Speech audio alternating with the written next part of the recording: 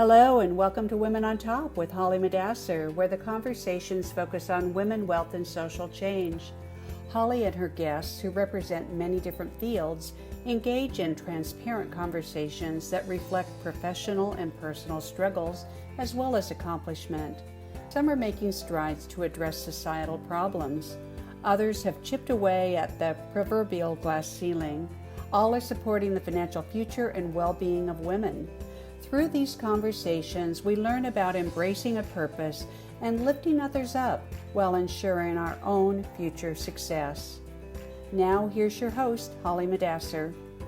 Hello, everyone, and welcome to another edition of Women on Top with Haleh Moddasser. I'm joined today by Jaime Davis, North Carolina Board Certified Specialist in Family Law. Hi, Jaime, and welcome. Hi, Haleh. Thank you for having me. Yes, tell us a little about yourself for our audience. So I am a family law attorney. I have been a co-managing partner at Gailor, Hunt, Davis, Taylor, and Gibbs in Raleigh, North Carolina. I practice exclusively in the area of family law and have done so for about 21 years now. And I am also a mediator and a parenting coordinator. And a good friend of mine, Jaime and I have worked together on several mutual clients. And in fact, Jaime has written a book. Tell us the name of the book. So I wrote a book called A Year and a Day, Divorce Without Destruction, and it's actually based upon episodes of the podcast that I host by the same name. It's all about providing tips and information for getting through separation and divorce without destroying family relationships or those family finances. And that's a real big issue for the large numbers of people that are divorcing right now, especially in the boomer generation. That's my generation, sadly, so it's not something I'm proud of, but it appears as though the divorce rate among boomers is double the general divorce rate, and it's initiated about 2/3 of the time by women. Is that what you're seeing in your practice, Jaime?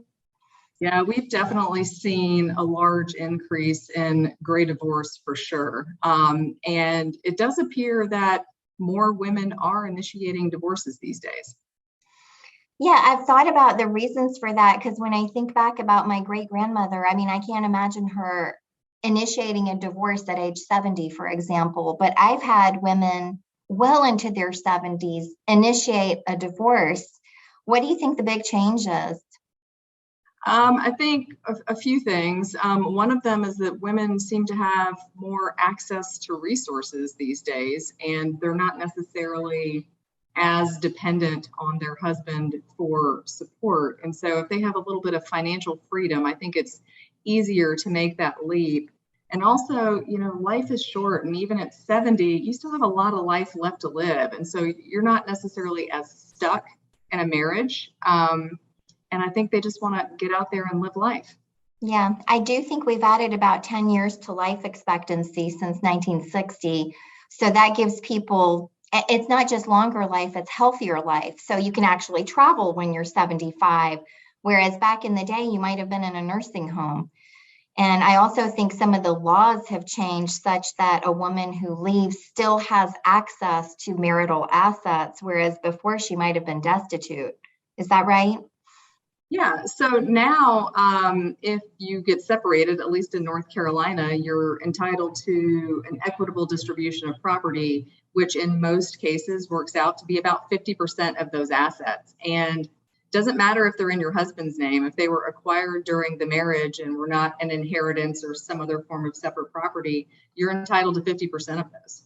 Yeah, so I have heard a lot that people will say, finances are the number one cause of divorce. And while I'm not saying that that's not an issue, these high profile cases that we've been seeing, like Melinda and Bill Gates, or Jeff Bezos and Mackenzie Scott, kind of demonstrate that people with wealth are not immune to divorce. What do you make of this era that we're in? Do you think have you seen any changes as a result, say, of the pandemic, or the economic difficulties that we as a country are encountering? Are you seeing any kind of correlation there between divorce rates? Have you seen them go up, down? What does that look like for you? So there have been some interesting trends, I would say. Early on in the pandemic, around March of 2020, things were slowing up a bit. People, I believe, were scared to get separated with all of the unknowns going on in the world. We still had a fair amount of clients who were dealing with custody issues and, issues related to quarantines and things like that. But as we got toward, I would say, the fall of 2020, things really started to pick up. I think with folks having to live together and spending a lot more time together working from home and things, that it really brought a lot of marital issues to a head, and a lot of couples were seeking separation and divorce at the end of 2020. Things have stabilized some, but I would say that we're probably still at a higher level than we were pre-pandemic. So I'm wondering how much of this is just that people deferred getting divorced at the beginning of the pandemic because the world was coming to an end, and you're just kind of huddled in together dealing with adversity from the outside, versus how much of it is actually an uptick in divorce rates from having to have spent so much time with a spouse that perhaps you just don't have a lot in common with, but pre-pandemic, you each had your separate lives and you had your jobs, and maybe you were even vacationing separately. Now you're stuck together for 2 years, and it just precipitates, I just want out of this.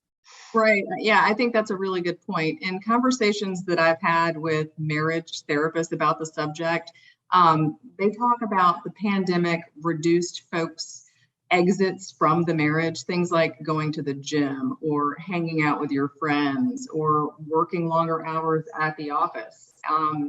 With the pandemic and not being able to do those things, people no longer had the exit that was making the marriage bearable. And because of that, yeah, a lot of those were ending in separation. Well, it's sad. None of us, we're not here promoting divorce, by the way, to anyone, but unfortunately, it's a reality of our day and age. Are you seeing any upticks related to financial instability now, given what the market is doing, what businesses are doing? We've got record inflation right now and we had negative GDP for Q1. Are you seeing that impacting divorce rates at all?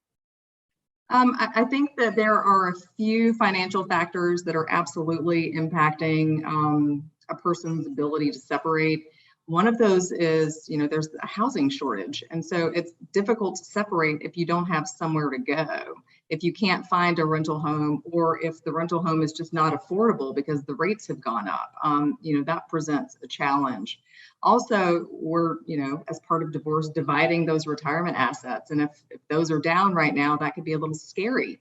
Also, with inflation, a dependent spouse who may need alimony from her husband may need a higher amount. There may just not be enough money to go around. I mean, that's the biggest issue. When you are taking one income that is used to run one household, and then you're needing to divide it and run two households, in some cases, there really just isn't enough money to go around. Yeah, I think that's true. And what I find, and you're so good about this, Jamie, you're one of the only attorneys that we work with who actually is looking toward the long-term financial security of your clients. We find a lot of times the attorneys, they just don't do anything but split the assets. They're not looking to see, is there a way to negotiate some of the things that aren't obvious? I mean, let's say there's not enough money to take care of a dependent spouse for the rest of their life, but there are things that you can do by by life insurance or disability insurance. There are other ways to skin the cat, but you have to kind of do that in advance of a settlement. You can't wait till after the settlement is over. So what kind of strategies have you used to help women, to help ensure financial viability? And I say that because if you look at the stats, men generally fare, the provider spouse, I should say, generally fares a lot better post-divorce than the dependent spouse? Well, I think the most important thing as a lawyer is knowing your limits. And I know just enough about some of this financial stuff to be dangerous. And so the first thing that I would do is to send my client to you so that you could help them with a financial plan to make sure that they are maximizing the assets they are receiving. I mean, you're right. There is more than one way to skin a cat, and 50-50 can look a lot of different ways. And there may be assets that the couple holds that would be more beneficial to the wife. And as the lawyer, I might not know the financial implications of that, but I do know enough to send the person to you so that you can help them with that piece of it. Well, I appreciate that, and not to tout the financial horn, but I can tell you a story of a woman who was so pleased she had saved on legal fees. She had used a mediator. It was sort of a kitchen table kind of division. And for those of you that don't know, a mediator by law is required not to advise any one side. They're in the middle, right? So she didn't really have good personal legal advice. And she ended up, they split the assets exactly 50-50. He got all the after-tax assets and she got the deferred compensation.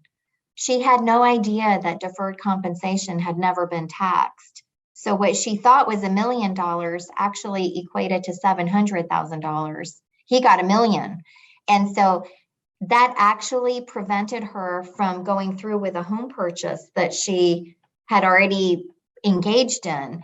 And so these kinds of nuances, which may seem obvious to financial people or even legal people, are just not that obvious to most people, especially the dependent spouse. So my big encouragement for anybody contemplating a divorce is to pull together the team before you even pull the trigger, before you even have a conversation with your spouse. See if this is something you can even afford to do. See what your rights are and plan it before pulling the trigger. Would you agree with that? Oh, absolutely, 100%. It's so important to know what to expect. And divorce is very complicated. There are so many facets that need to be considered and taken care of. You know, there is the financial aspect, there is the legal aspect, and there's also the emotional aspect. And so I encourage my clients when assembling their team, you know, if they've come to me, they've found the lawyer, but they also need somebody to help them with the financial piece. And that's where an advisor comes in. And oftentimes they need a psychologist or a counselor or someone they can talk to about the emotional piece, because we need our clients to be emotionally healthy so that we can help them make good decisions about the financial and legal aspects of their case. Yeah, and to the point about an attorney or a financial advisor, it's best to get your own. Like, it doesn't really make sense to use the family attorney or Right. the family advisor. Generally, that financial advisor, and I can't speak to the legal, you can, Jamie, is kind of buddied up with the person who is in charge of the long-term finances, the investment assets, usually the breadwinner of the family. So if you're a dependent spouse, going to that broker, let's say, is probably that's not an objective person who can help you. You need somebody who's exclusively on your team. And I would say the same with the legal, but I'll let you speak to that, Jamie. Yeah, so when it comes to family law, one lawyer can't represent both spouses. And so, you know, the best way to find a lawyer, you know, there's lots of ways, but ask your friends and family if they've used someone and they were happy with them. You know, the internet, there's lots of information about different types of lawyers. But yeah, you definitely need somebody who is on your side and advocating for you and your rights. Just like a therapist or a psychologist, you know, you want your own person to help you with your own future. I wrote a book several years ago, I think it was in 2017, and it was called Gray Divorce, Silver Linings. So it was a book completely dedicated to boomer women going through a divorce. A second edition of that is coming out in the next couple of months. And the reason for that is because we had a big tax law change in 2017 that changed the taxability of alimony. So what alimony used to be taxable to the recipient and deductible to the payer. That changed such that it's not taxable or deductible. I'm curious, Jamie, what you've seen happen to alimony since that tax law change. Has it gone down, up, stayed the same? What's your experience? So I think it has made it easier for divorce professionals to calculate the amount of support that a dependent spouse needs. So that's been a positive change. I think what the tax law change took away was the incentive for the payor spouse to perhaps pay more in alimony because they were getting that tax break, and that's gone. You can't take advantage of the fact anymore that the dependent spouse was usually in a lower tax bracket and was going to feel a little bit less of that tax pain, and the supporting spouse was getting the benefit of the tax break. So I think it could have impacted it in that way. Yeah, and anecdotally, so this isn't based on a study, but anecdotally, what I'm finding is that alimony is less attractive to the payor, and they're willing to pay less, which isn't necessarily a great thing for the dependent spouse. However, as an advocate for women, if at all possible, I always prefer a lump sum division of assets and no alimony. And most of our viewers may not know this, but alimony doesn't grow with inflation typically. It's typically a disincentive for the dependent spouse to go out and get a job, because if they start earning an income, it reduces the alimony. So in a way, it kind of shackles that dependent spouse from truly starting over again and not being dependent on the ex-spouse. And I think also I've seen a couple of situations where the woman has to choose, or the dependent spouse, I should say, most often the woman has to choose between love or money, because if remarriage occurs, the alimony stops, but it also stops if there's any kind of cohabitation typically, which most people don't realize. So all of a sudden, 5 years down the road, you meet the love of your life. You either have to not spend more than 3 nights together or some such thing, or not get married, or not get the alimony, which is not a real great decision, right? I was going to say that, the sad part, at least in North Carolina, is that cohabitation is a gray area, and it can look a whole lot like just a regular adult dating relationship. And so you really do have to be mindful of the number of overnights you're spending with your significant other. And alimony can sometimes keep you tethered to your ex-spouse and give them an incentive to keep tabs on you, because, it's to their benefit if you cohabit or if you remarry, because then their alimony obligation stops. So, to the extent, especially in a higher asset case, if there is a way to shift more of the assets to who would otherwise be the dependent spouse, alimony may not be necessary.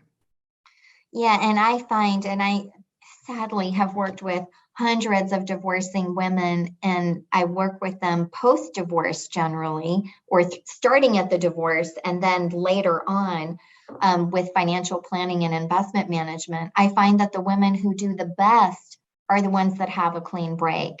They're the ones that go on and find new relationships, or get remarried, or go back to school, or start their own businesses, because they don't have this alimony issue hanging over their head, which is even more attractive now because there's sort of a disincentive for the payor because there's not the tax break. Right. Yeah. So any other thoughts that you want to leave our audience with here today in terms of divorce in today's environment? I know that, for example, one of the ways that I've seen the dependent spouse get really injured in a divorce is through closely held business valuations. What do you see right now, given the current economy, about that? I think it was a bigger issue in 2020. I think that the folks who probably suffered the most were those who got separated in early 21. And so they were looking at, middle of the pandemic valuations when business was down, had to account for, PPP loan funds and all of those things. I think it was more complicated. I think we're stepping away from that and things are starting to normalize a bit in terms of the business valuations? Yeah, I think so. But generally speaking, these closely held family businesses, the valuations, I had a case one time where the valuation of the company came in at 20% of what it was sold for within 6 months. So you're basing that asset division on a much sometimes lower number than what the reality is. So I would always advise an external valuation and at least 2 or 3 and taking an average of that number to determine the value of that asset. Yeah, business valuations in divorce can be tricky. They're expensive. They take a long time to complete. And while there is a methodology to it, it's not an exact science, just like Exactly. valuing anything. And so, yeah, you could absolutely end up with different values for sure. Yeah. Well, I really thank you for being here with us. I hope that anyone in our audience who's considering something like this will take your advice and my advice and contact a competent legal professional, contact a financial advisor that's your own, not the family financial advisor, and potentially seek therapy or psychological support as you're going through this very important transition in life. Absolutely. I think assembling your team to assist you through the process is the most important thing that you can do to help yourself. Thank you, Jaime. Thanks for being with us today. Thank you. Haleh Moddasser, CPA, is a partner and senior wealth management advisor at Stearns Financial Group, an investment management firm with offices in Chapel Hill and Greensboro, North Carolina. Securities are offered through Hightower Securities, LLC, member FINRA, SIPC. Hightower Advisors, LLC is an SEC-registered investment advisor. Refer to brokercheck.finra.org for more information. This podcast is copyrighted and all rights are reserved. The content of this podcast is for information only and not intended to serve as financial, legal, medical, or any other form of professional advice.